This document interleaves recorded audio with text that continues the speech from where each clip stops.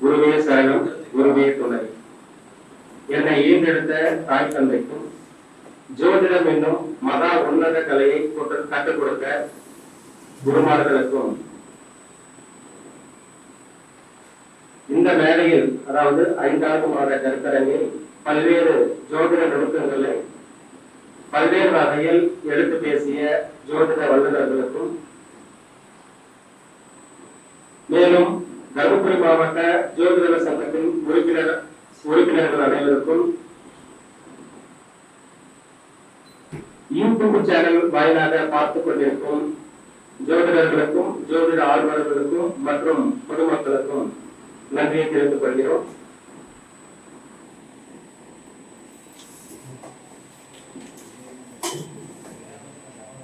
திருமணம் ஒரு மனிதனுக்கு வாழ்விலே மிக முக்கியமானது.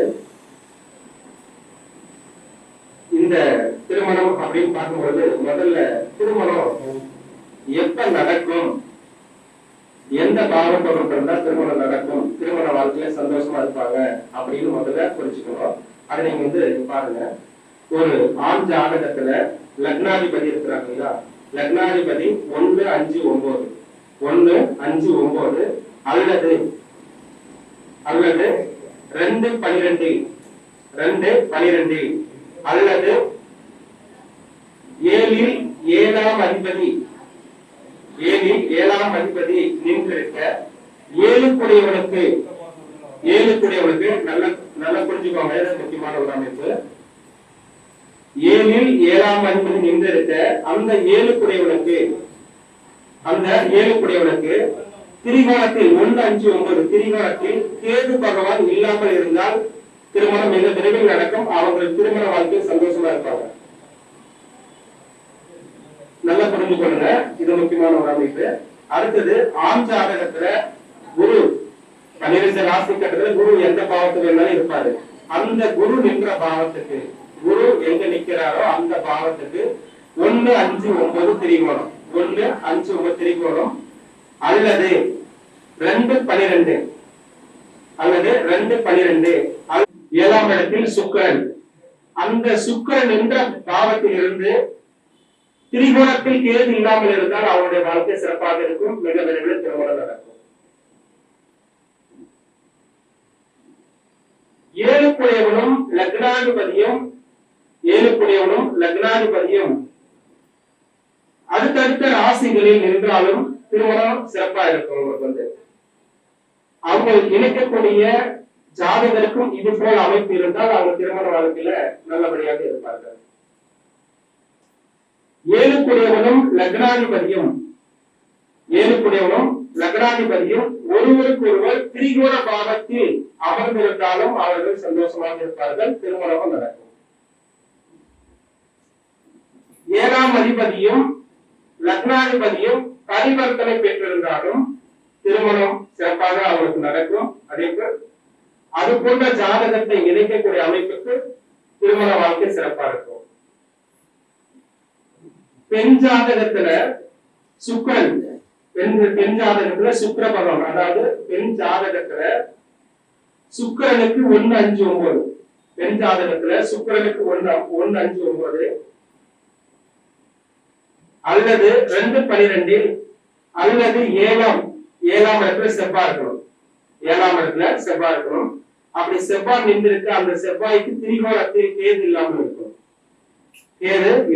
அப்படி கேது இல்லாமல் இருந்தா அவங்க திருமண வாழ்க்கை சிறப்பா இருக்கும். திருமணமும் தடைப்படாது. இது ஒரு திருமண வாழ்க்கைக்கு ஒரு சிறப்பான ஒரு அமைப்பான ஒரு பாவம். இதை நீங்க ஆய்வு எடுத்துக்கொள்ள வேண்டும்.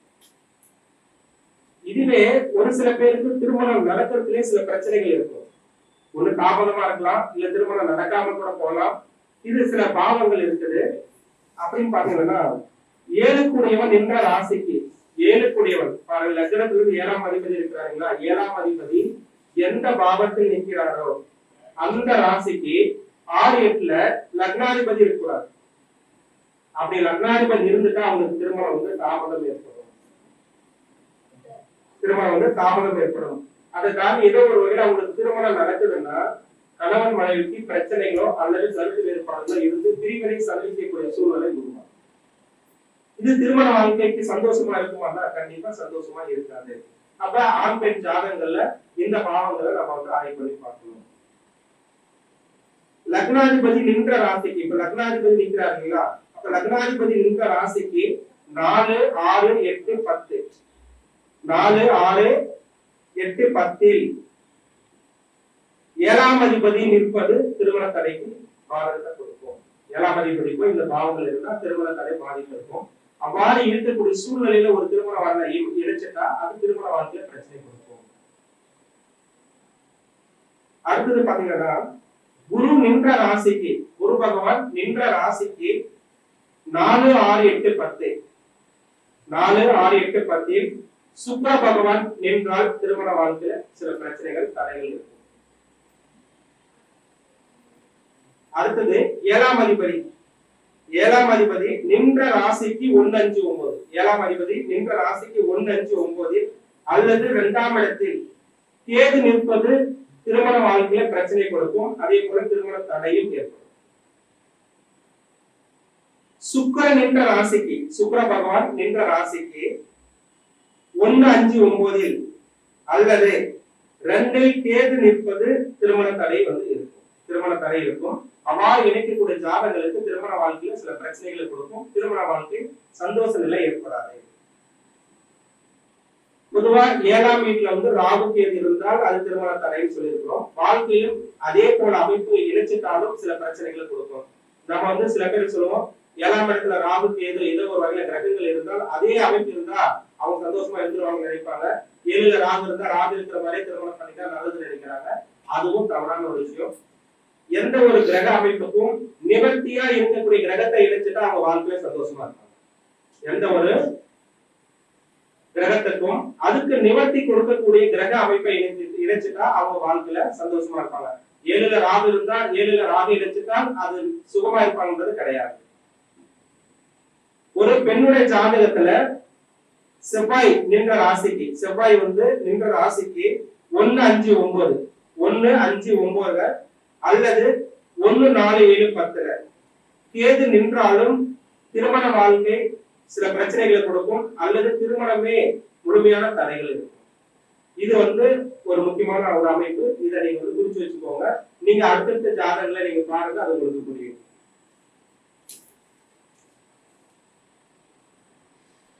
அதே போல ஒரு ஆணுடைய ஜாதகத்துல குரு இந்த அமைப்பு வந்து கெடாமல் இருந்தா திருமண வாழ்க்கை அந்யோன்யமாக வாழக்கூடிய சூழ்நிலை இருக்கும்.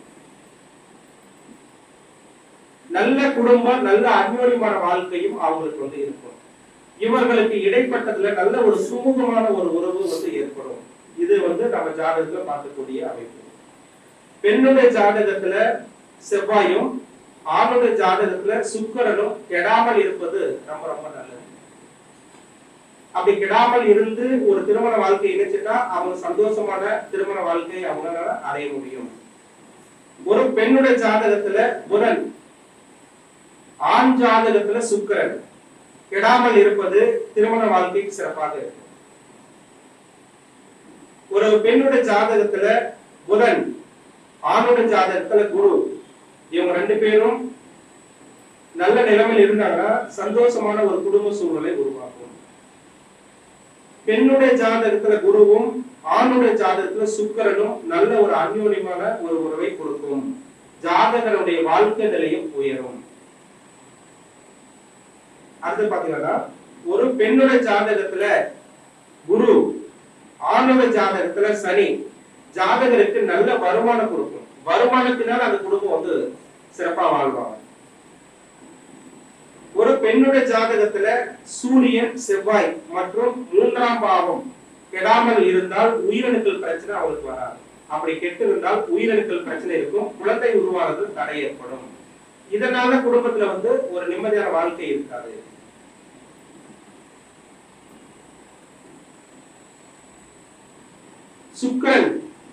சுக்கிரன் இருவருடைய ஜாதகத்திலையும் நல்ல நிலைமையில் இருந்துட்டாங்கன்னா அவங்களுக்குள்ள ஒத்து போகக்கூடிய சூழ்நிலை உருவாகும். சுக்கிரன் ஒரு கிரகம் வந்து நல்லா இருந்தா ஜாதக ரீதியா அவங்க ஏதோ ஒரு வகையில விட்டு கொடுத்து நல்லபடியாக வாழக்கூடிய சூழ்நிலை இருக்கும். ஒரு ஆண் ஜாதகத்துல சுக்கிரன் கேது சேர்ந்து இருப்பது திருமண வாழ்க்கையில் பல்வேறு பிரச்சனைகளை கொடுக்கும். திருமணம் நடக்கும், ஆனா திருமண வாழ்க்கையில பல்வேறு பிரச்சனைகளை கொடுக்கும். இதனால பிரிவினை சந்திக்க சூழ்நிலை இருக்கும். மூன்றாவது மனிதர்கள் தலையிடக்கூடிய சூழ்நிலை உருவாக்கும். பெண் ஜாதகத்துல செவ்வாய் கேது சேர்ந்திருப்பது திருமண வாழ்க்கை பிரச்சனை கொடுக்கும். இதுவும் ஒரு மூன்றாவது மனிதர்கள் தலையிடக்கூடிய சூழ்நிலை உருவாகும். இதனால கூட நிறைய பிரச்சனைகளை பிரிவினை சந்திக்கக்கூடிய சூழ்நிலை உருவாகும்.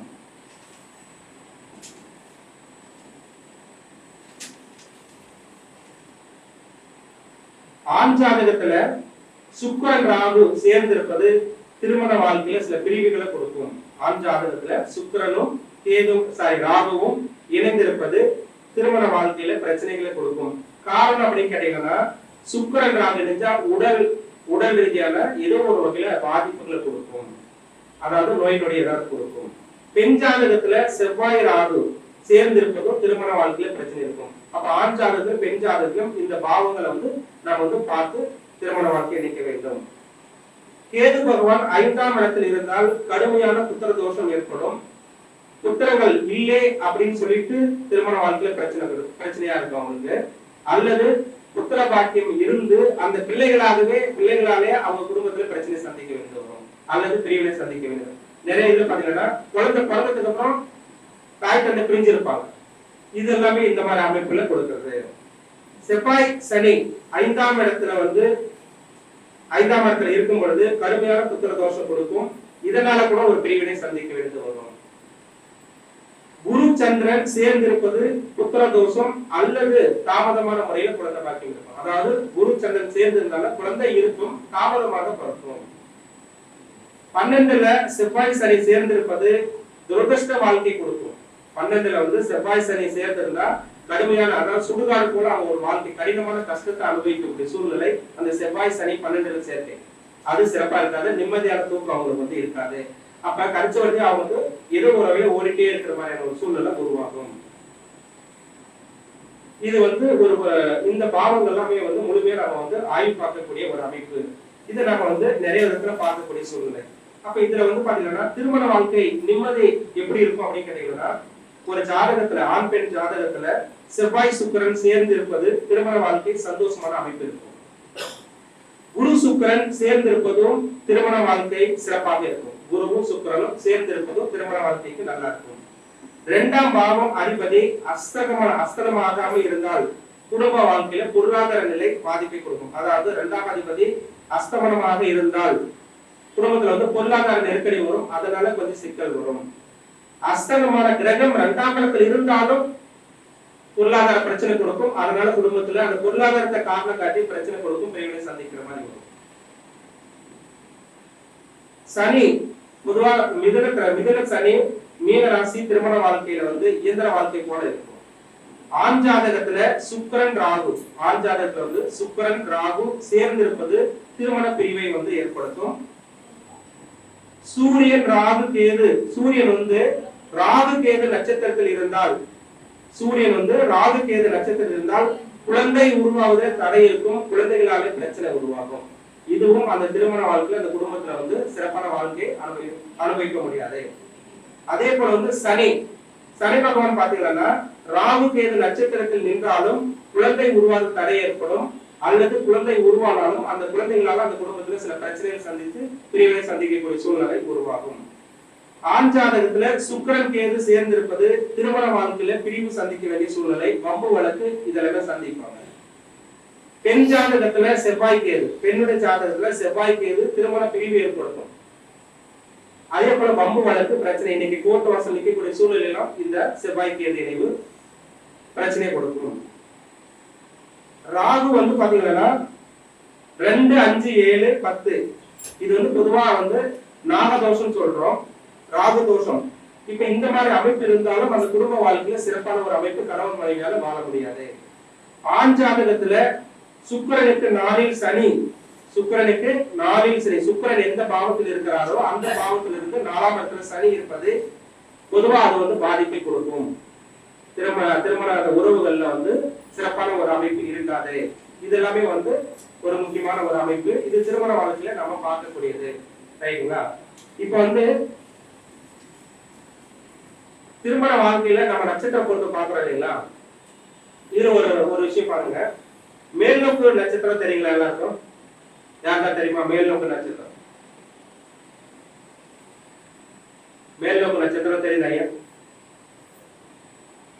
சரி, மேல்நோக்கு நட்சத்திரம் அப்படின்னு பாத்தீங்கன்னா உத்தரம், உத்தராடம், ரோகிணி, பூசம், திருவாதிரை, திருவோணம், அவிட்டம், சதயம், உத்தரகாளி.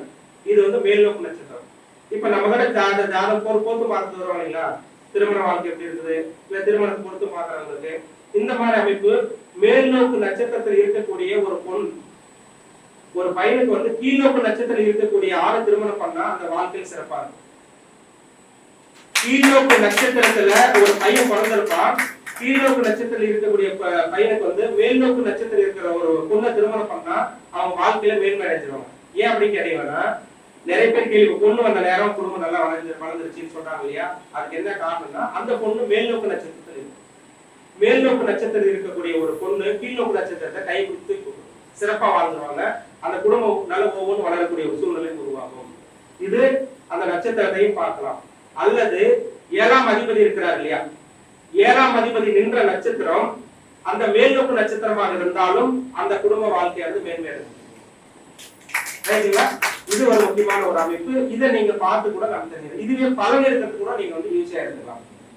இப்போ ஒருத்தர் வந்து மேல்நோக்கு நட்சத்திரக்கார வராரு, மேல்நோக்கு நட்சத்திரக்கார வராரு. நான் வந்து பாத்தீங்கன்னா ஏதோ ஒரு வகையில ஒரு விஷயத்த செய்யணும்னு நினைக்கிறார். அது வந்து அவர் மேல போக முடியுமானா அந்த மேல்நோக்கு நட்சத்திரத்துல அவர் ஏதோ ஒரு கிரகம் இருக்கணும். அவர் கேட்கக்கூடிய கேள்விக்கு உண்டான கிரகம் இருக்கணும். உதாரணத்துக்கு நான் வண்டி வாங்குறேன்னு சொல்லி வராரு ஒருத்தர். வண்டிக்கு என்ன பாவம்? 4ஆம் பாவம். சரி, 4ஆம் பாவம்ன்றது வண்டி. இது என்ன மாதிரியான வண்டி குறிக்கும்? அதாவது 4ஆம் பாவம்ன்றது 4 சக்கர வண்டி. ஒரு காரை குறிக்கும் வச்சுக்கலாம். ஒரு கார் வாங்கலாமா ஒருத்தர் கேட்கிறாரு. அந்த கார் வாங்கலாமான்றவருக்கு அந்த அந்த உறவு அமைப்புக்கு அந்த நட்சத்திரம் இருந்தா மட்டும்தான் கரெக்டா இருக்கும். ஆனா இது கேட்கக்கூடிய கேள்வி 4ஆம் பாவம் கார் வாங்கலாமா?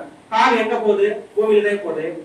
அப்ப அது சமநோக்கு நட்சத்திரமா இருந்தால் அவர் கார் வாங்கலாம். புரியுதுங்களா இல்லைங்களா? அப்ப சமநோக்கு கேட்கக்கூடிய கேள்விக்கு தான் சொல்றேன். அவங்க வரவங்க எந்த மாதிரி கேள்வி கேட்கறாங்க அந்த கேள்விக்கு சூழ்நிலை தான் நீங்க எடுத்துக்கணும். இப்ப நான் திருமணம் பண்ணலாமா அப்படின்னு ஒரு கேள்வி கேட்கறாங்க. திருமணம் பண்ணலாமான்னா என்ன பாவம்? 7ஆம் பாவம். 7ஆம் பாவத்துக்கு அதிபதி நட்சத்திரம் மேல்நோக்கு நாள் இருந்து அவங்க கேட்கக்கூடிய அந்த கோச்சார தொடர்பு கண்டிப்பா திருமணம் நடக்கும்.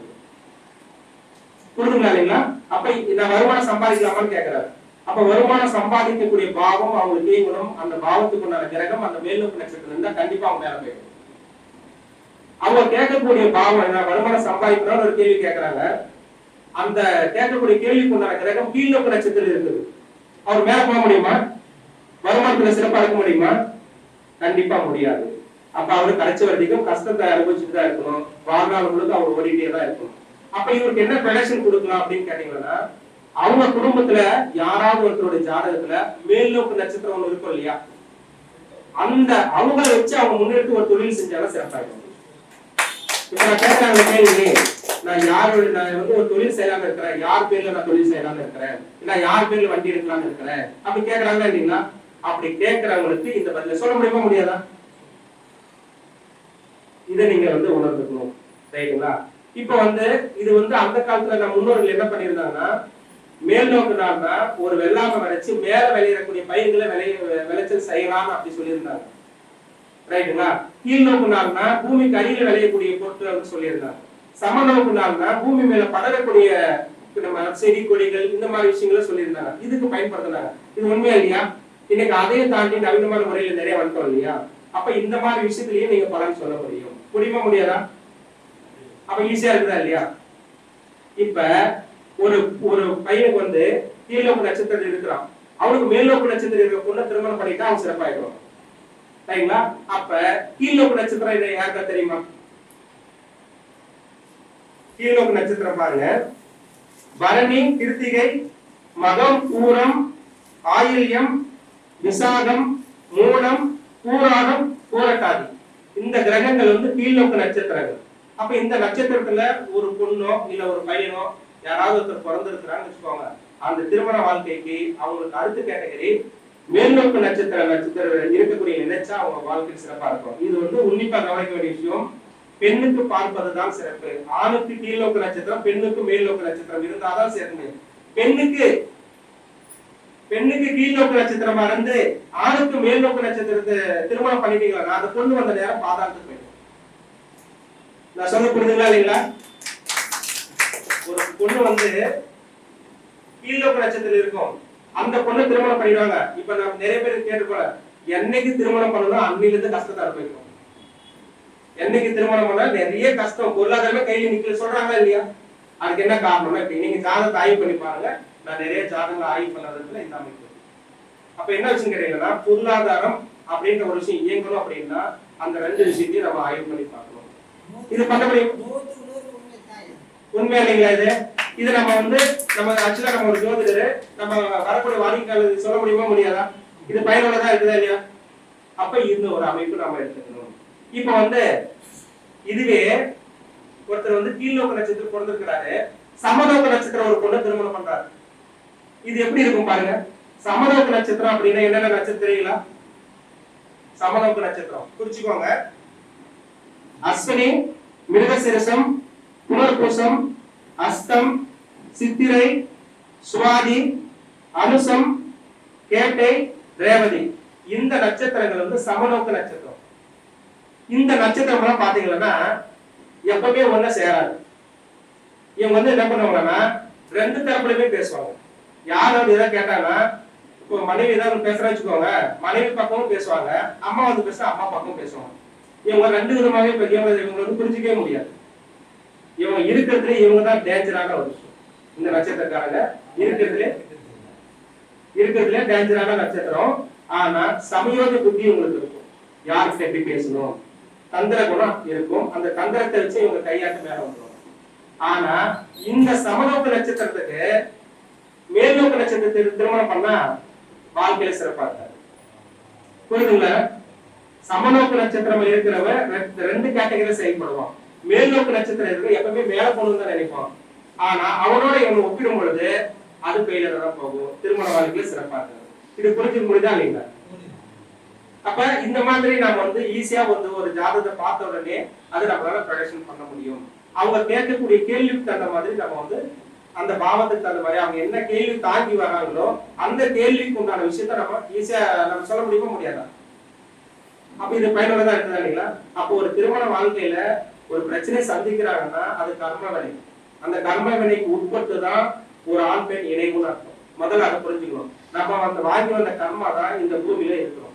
இன்னைக்கு என்ன நினைக்கிறாங்க தெரியுங்களா? திருமண வாழ்க்கையில கிரகங்கள் தோஷத்தை கொடுக்கறதுனால தான் நான் பிரிவினை சந்திக்கிறோம்னு சொல்றாங்க. அதுவும் கிடையாது. இவங்க வாங்கி வந்த கர்மா தான். அந்த கர்மாவை ஒப்பிட்டு பார்க்கணும். ஏத்துக்கிற கர்மா வந்தா வாழ்ந்துரும், ஏத்துக்காத கர்மா வந்தா பிரிவினை சந்திக்கும். அப்ப ஏத்துக்கக்கூடிய பாவம் என்னோட வாழ்க்கை இதுதான், என்னோட கொடுப்பனை இதுதான் அப்படின்னு யார் ஏத்துக்கிறாங்களோ அவங்க வாழ்க்கை சிறப்பாங்க. இப்ப லக்னம் ஒரு ரிஷப லக்னம் வச்சுக்கோங்க. ரிஷப லக்னம்னா நேர் 7ஆம் இடத்துல என்ன? செவ்வாயா? செவ்வா. இப்ப பாருங்க, விருச்சக செவ்வாய் எப்படி இருக்கும்? செவ்வாயினுடைய விருச்சக வீட்டினுடைய பாவ தன்மை தெரியுதா உங்களுக்கு? விருச்சகனா தேலா, தேல் என்ன பண்ண கொட்டுமா? அப்ப எனக்கு நேர் 7ஆம் இடம் வரக்கூடிய மனைவி ஏதோ ஒரு கரைஞ்சு பேசதான் செய்வாங்க.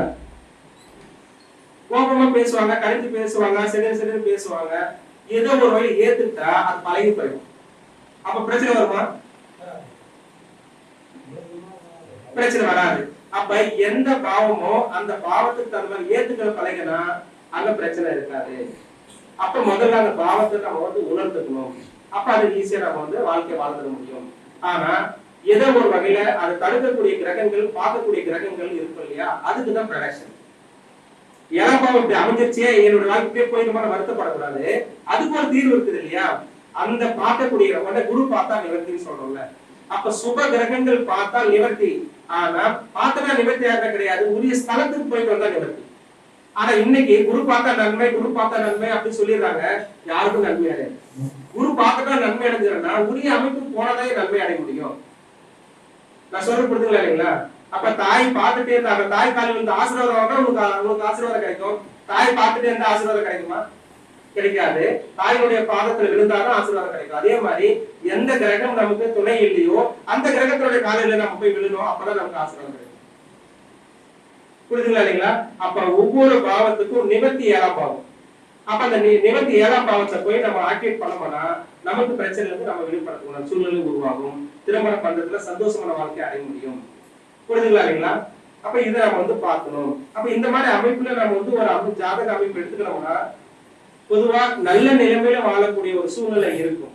இல்லாம பார்த்துக்கிற வாய்ப்பு இல்லை. ஒரு பிரச்சனைனா ஒரு தீர்வு இருக்கும். அப்ப அந்த தீர்வை நோக்கி யாரும் போறதில்லை. இப்ப ஜாதகம் பார்த்து வரவங்களுக்கும் நம்ம என்ன சொல்றோம், திருமணம் பொறுத்து பார்க்கறது வருவாங்க, ராகு கேது இருக்குன்னு சொன்னா ராகு கேது இருக்குது பார்த்து எனக்கு பார்த்த உடனே சொல்லிடுவோம். சொல்லிடலாம் 2, 2, 7, 8 இருந்தா அது ராகு தோஷம். செவ்வாய் 1, 2, 4, 8, 12 இருந்தா அது செவ்வாய் தோஷம். இது லாஜிக்கா பொதுவான ஒரு கருத்து தான். இந்த பொதுவான கருத்து எல்லாத்துக்கும் பொருந்தி போகுமா? இப்ப நம்ம சாப்ட்வேர்ல போட்டா 7ஆம் இடத்துல இருந்தா செவ்வாய் அது வந்துடும். ஆனா அது குரு பார்த்து நிவர்த்தி ஆகுது வருதா சாப்ட்வேர்ல? ஜோதிடாகிய நாம தான் சொல்றோம். இது இந்த திருமண அமைப்பாளர்களோ இல்ல பெற்றவங்களுக்கோ தெரியாது. அப்ப எந்த ஒரு விஷயம் இருக்குதோ அதை எடுத்து சொல்லும் பட்சத்துக்கு தான் புரியும். ஆனா இன்னைக்கு ஜோதிடர்களே இப்படி ஜாதகத்தை பார்த்த உடனே இது 2ல ராகு இருக்குது,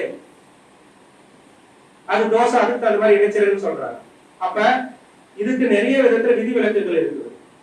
நிறைய விதத்துல விதி விலக்குகள். அந்த விதி விலக்கையும் நம்ம பொருந்தி பார்த்துதான் அது முடிவு சொல்லணும். தவிர இன்னைக்கு இந்த தவறுனாலையும் நிறைய திருமண வாழ்க்கையில தடைப்படுறதுக்கான காரணமாகவும் இருக்குது. அப்ப இது தவறுதான். ஏன் எந்த ஒரு விஷயமும் ஆய்வு பண்ணாம சில விஷயங்களும் சொல்லக்கூடாது. இப்ப நம்ம கூட ஒரு வாடிக்கையாளர் வராங்க. வாடிக்கையாளர் வரும் பொழுது இதுக்கு முன்னாடி ஜாதகம் பார்த்தவங்க பொதுவா பாத்தீங்கன்னா ஞானிகள், முனிவர்கள், சித்தர்கள் இந்த வழியில வரக்கூடியவர்கள் நிறைய பேர் விஷயம் பார்த்த உடனே சொல்லிடுவாங்க. இன்னைக்கு தொழில் முறை ஜோதிடர்கள் நிறைய பேர் இருக்கும். பார்த்த உடனே டக்குன்னு ஐடென்டிஃபை பண்ண முடியாது. இது தொழில் முறை ஜோதிடர் கிரகங்களை வச்சு நம்ம சொல்லக்கூடிய தன்மைன்னு அர்த்தம். அப்ப வரக்கூடிய வாடிக்கையாளர்கள் கேள்வி என்னவோ அறிஞ்சு பலன் சொல்றதுதான் அந்த ஜோதிடரை காப்பாற்றிக்க முடியும். இல்லைன்னா தப்பா போயிடும். உண்மையா இல்லைங்களா?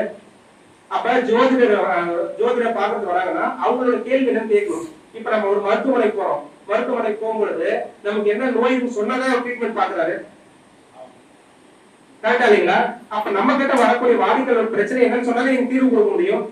அவர் பாட்டு கவனம் பண்ணுன்னு சொல்ல முடியாது. அப்ப முதல்ல கேள்வியில உணர்த்த சொல்லணும். அதுக்கப்புறம் அதுக்கு ப்ரொடக்ஷன் கொடுத்து அவங்க வாழ்க்கையில சரியாக முடியும். புரிதுங்களா இல்லைங்களா? அப்ப இதுவும் ஜோதிடர் நம்ம உணர்ந்து செயல்பட வேண்டும். இன்னைக்கு உங்களுக்கு சில விஷயம் ஈஸியா உங்களுக்கு புரிஞ்சிருக்குது இல்லைங்களா? அப்ப ஒவ்வொரு பாவத்துக்கும் பாவத்துக்கு தகுந்த மாதிரி சில கிரகங்கள் அடிப்படையில நம்ம பலன் எடுத்தோம்னா வாழ்க்கையில அடுத்தடுத்த நகருக்கு நம்ம போக முடியும். சரிங்க. இன்னொரு மேக்சிமம் பாத்தீங்கன்னா ஒவ்வொரு மாசமும் சில கருத்துக்களை நான் எல்லாருக்கும் வெளிப்படை தன்மையா நான் அனுபவத்துல இருக்கிறதும் அதே போல் சொல்லி கொடுத்த குருமானுடைய கருத்துக்களும் முன்வைத்து உங்களுக்கு நிறைய விதத்துல நுணுக்கமான முறையில ஜாதகம் பார்க்கறது எப்படின்னு சொல்லிட்டு அடுத்தடுத்து ஒரு பதிவுல நான் உங்களுக்கு எல்லாருக்குமே சொல்றேன். இது வெளிப்படைத்தன்மையாக தான் இருக்கும். இதுல எதுவும் ஒளி மறைவும் கிடையாது. அதனால இதை நம்ம உணர்ந்துக்கணும். ராகு, கேது, செவ்வாய் இது எல்லாமே தோஷம் நம்ம பேசுறதே தவறு. ராகு, கேது, செவ்வாய் அப்படின்னு சொல்றது தோஷம் சொல்றதே தவறு. ஏன்னு கேட்டீங்கன்னா மனிதன் வாங்கி வந்த கர்மத்தின் அடிப்படையில தான் இந்த பூமியில நம்ம பிறப்பெடுத்திருக்கோம். இது முன் ஜென்ம கர்ம வினை. முன் பிரிவில் என்ன கர்ம வினை செஞ்சிருந்தாலும் இந்த பிரிவில் நம்ம அவதாரம் எடுத்திருக்கோம்னு அர்த்தம். எதுக்காக? அந்த கர்மத்தை தீர்க்கறதுக்காக நம்ம பிறந்திருக்கிறோம். அது ராகு கேது தான் 2ல இருந்தாதான் தோஷம் கிடையாது. ராகு 12 எந்த பாவத்துல இருந்தாலும் அது பிரச்சனை கொடுக்கும். கரெக்டா இல்லைங்களா? இப்ப 2ஆம் இடத்துல ராகு தான் வருமானத்துல பிரச்சனை கொடுக்கும். ஆனா வருமானத்தை உயர்த்தி கொடுக்கும். அதை உணர்ந்துட்டாதான் அது ஏத்துக்கும். இல்லைன்னு சொன்னா அது பாதாளத்தை தள்ளி விடுவோம். 3ஆம் இடத்துல ராகு இருந்தாலும் நம்ம எடுக்கிற முயற்சி நன்மை கொடுக்கும்.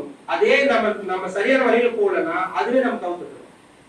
புரிதுங்களா இல்லைங்களா? 4ஆம் பாவத்துல ராகு இருந்தா சுகம் கெட்டு போயிடும். ஆனா சுகத்தை தூண்டி விடும். தவறான வழியில போக்க கொண்டு போயிடும். சுகம் என்பது 4ஆம் பாவம் சுகம் தான். ஆனா ராகுக்கு நல்ல சுகமா கெட்ட சுகமான ஒரு விஷயம் இருக்குது இல்லையா? அப்ப அதை நம்ம அனுபவிக்க தெரிஞ்சுனாதான் அது நம்ம ஏத்துக்க முடியும். அப்ப ராகு எங்க உட்கார்றாங்களோ அதை அனுபவிக்க பிறந்தவர்கள். நம்ம இந்த 12 ராசி கட்டத்துல ராகு எங்க உட்கார்ந்து இருக்கிறாரோ அந்த பாவம் சார்ந்த விஷயங்களை நம்ம அனுபவிச்சாதான் இந்த உயிர் பிரியும். தெரியுங்களா உங்களுக்கு? ராகு 12 ராசி கட்டத்துல ஏதாவது ஒரு இடத்துல உட்கார்ந்துருப்பாரு இல்லையா? அந்த பாவம் சார்ந்த விஷயம் நம்ம அனுபவிக்காத இந்த பிறவி போகாது. சப்போஸ் இந்த பிறவில நம்ம அனுபவிக்கலன்னா அடுத்த பிறவியும் இதுக்காக தான் நம்ம பிறவி எடுக்கணும். உதாரணத்துக்கு 7ஆம் பாவத்துல ராகு இருக்கிறான்னு வச்சுக்கோங்க. முன் ஜென்மத்துல அந்த 7ஆம் பாவ திருமணம், அந்த திருமண விதத்துல நம்ம தவறு பண்ணதுனாலதான் அந்த 7ஆம் பாவத்துல எனக்கு ராகு. அதுக்காக நம்ம ராகு இருக்குதுன்னு சொல்லிட்டு நம்ம அது தோஷம் சொல்லிட்டே இருந்தோம்னா அது நன்மை தராது. அந்த 7ஆம் பாவத்துல இருக்கிற ராகுவை நம்ம இயக்கணும் அப்படின்னா, நிறைய பெண்கள் திருமணம் ஆகாம இருக்கிறாங்க இல்லையா, அந்த திருமணத்துக்கு உண்டான ஏதோ ஒரு வகையில நம்ம உதவி பண்ணா அந்த ராகு தோஷம் நிவர்த்தியாது. அல்லது 8ஆம் இடத்துல ராகு இருக்கும் இல்லையா, 8ஆம் இடத்துல ராகு இருக்கும். அப்ப 8ஆம் இடத்துல ஆயுள் ஸ்தானம் இல்லையா, தாலி பாக்கியத்தை கொடுக்கக்கூடியது. அப்ப ஏதோ ஒரு பெண்களுக்கும் திருமணம் ஆகாத ரொம்ப வறுமை கோட்டு கீழே இருக்கிறவங்களுக்கு அந்த தாலி செய்யறது நம்மளால முடிஞ்ச உதவி செஞ்சா அந்த தோஷம் இல்லாம போயிடும். புரியுதுங்களா? இதுவே இப்படி இயக்கலாம். அப்படி இயக்கலன்னா கோவில்ல திரு கல்யாணம் நடக்கும் இல்லையா, அந்த திரு கல்யாணத்துக்கு சாமிக்கு தாலி செய்வாங்க இல்லையா, அந்த தாலி செய்யறதுக்கு நீங்க ஒரு தொகை கொடுத்துட்டீங்கன்னா அதுவும் கர்ம அந்த ராகு தோஷத்தை நிவர்த்தி ஆயிடும், திருமணம் நடக்கும். புரிதுங்களா? அப்ப தோஷம் சொல்றதை விட முதல்ல அதுக்கு உண்டான வழியை நம்ம தேர்ந்தெடுத்து போகணும். அப்பதான் நம்ம அதை பத்தி உணர முடியும். ரைட்டுங்களா? சரிங்க. இது போன்ற பல்வேறு விஷயங்களை அடுத்தடுத்து பேசலாம். அடுத்து இன்னும் நிறைய சிறப்பு பேச்சாளர் இருக்கிறார்கள். என்னை பேச அழைத்த நமது தருமபுரி மாவட்ட ஜோதிட சங்கத்துக்கும் அதே போல் இதை கேட்டுக்கொண்டிருக்கும் ஜோதிட உறுப்பினர்களுக்கும் என்னுடைய மனமார்ந்த நன்றி தெரிவித்துக் கொண்டு விடைபெறுகிறேன். நன்றி. வாழ்க வளர்க. வாழ்க ஜோதிடம். எல்லோருக்கும் எல்லாம் கிடைக்கட்டும்.